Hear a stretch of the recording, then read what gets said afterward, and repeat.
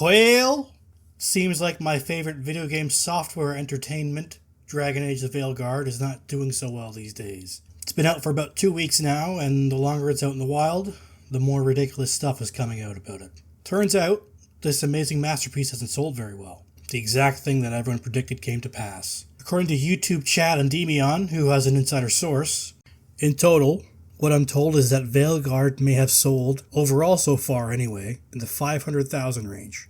Which may sound good to some, but this is completely abysmal for a game of this level. No kidding. Who would have thought that people don't want identity politics forced into their gaping holes? Even for modern gaming standards, this game goes really heavy into the cringe-inducing gender stuff. So, I'm non-binary.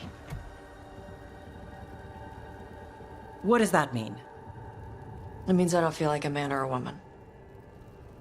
If you are neither a man nor a woman, then what are you? Non-binary.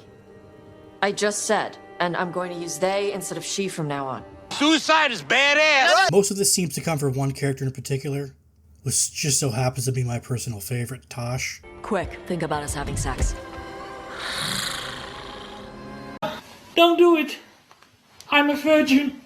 A good number of the brain-melting dialogue comes from this character, and it's so heavy-handed, even people who consider themselves fans of the game overall don't like this character. I guess we've got some bigots on our hands. This is the kind of writing people refer to when they call a game woke. That's why we recruited her. Actually, Tosh uses them for themselves now. They asked us to let folks know, so now you do. Yeah. I appreciate it. Thank you for telling me. Get fucked! The reason real RPGs like Baldur's Gate 3 aren't scrutinized the same way is because you can make your character anything you want. You can be as gay as you want.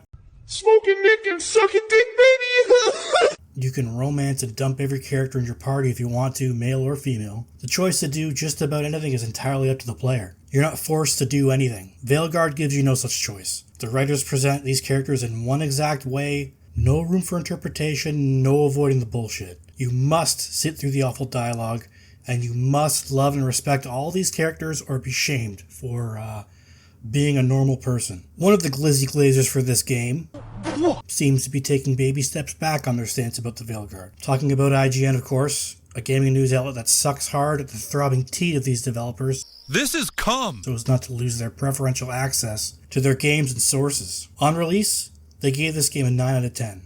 No doubt in hopes to dupe some of their dumber readers into thinking the game was any good, so as to boost sales for their corporate daddies. Daddy, chill.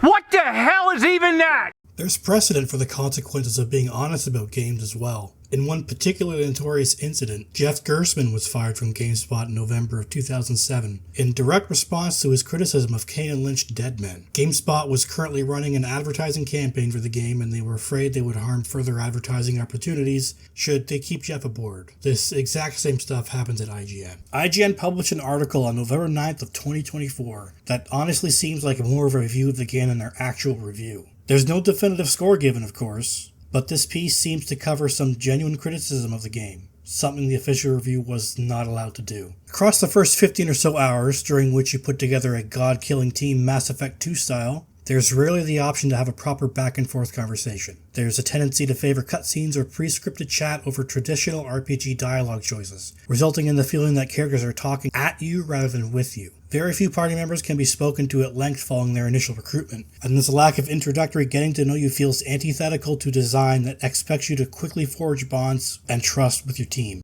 This is an actual criticism of the game from IGN. This should have been included in the actual review, but saying such things would harm their relationship with EA. So instead, this article was published more than a week after launch, well outside the typical window when games sell the most copies. Imagine that. The game's community on the Veilguard subreddit seemed to be in a small civil war about what's obviously a troll post. Veilguard is helping me to get rid of my homophobia. I used to be a very homophobic person because of Grum's tweets about woke agenda, but I decided to give DA Veilguard a chance since even though the game was attacked by woke, its combat is very good. So I bought the game, and I love it. I'm having a lot of fun with the game and I love the characters. They help me understand that there is diversity in this times, and that's fine. This post had people in the comments fighting about whether or not this post is genuine, and whether or not this person deserves redemption after being shown the light through the Veilguard, as if random Reddit users of all people should be the arbiters of this guy's forgiveness. To all the people saying this is bait, no, it's not. This is serious. I want to be a good person. I want to understand all of the people. I like deer hunting, bass fishing, and extending credit to all people. This shit is hilarious, and anybody that fell for this is as stupid as I am, but not half as handsome. Thinking about what BioWare used to be honestly makes me a little sad. They could have kept just doing what they were doing 12 years ago, but they let the rot infest the entire studio, especially the writer's room. And now it seems they're on a path of destruction. Barring any interference from EA after Veilguard's bad performance, BioWare's last chance is the next Mass Effect, and considering how far ahead these bigger projects are planned, the script for that is likely already done. If BioWare couldn't foresee how bad the Veilguard would perform, then there's no way they haven't already gone full steam ahead with the same kind of writing for Mass Effect. Please enjoy the original trilogy, questionable ending and all, and make sure to download and sequester the current versions of the game, or keep your physical copies, lest BioWare dig back into their catalog and start censoring their older games. If you've made it to the end, please stand fully erect in support and give me a like and a subscribe. Goodbye.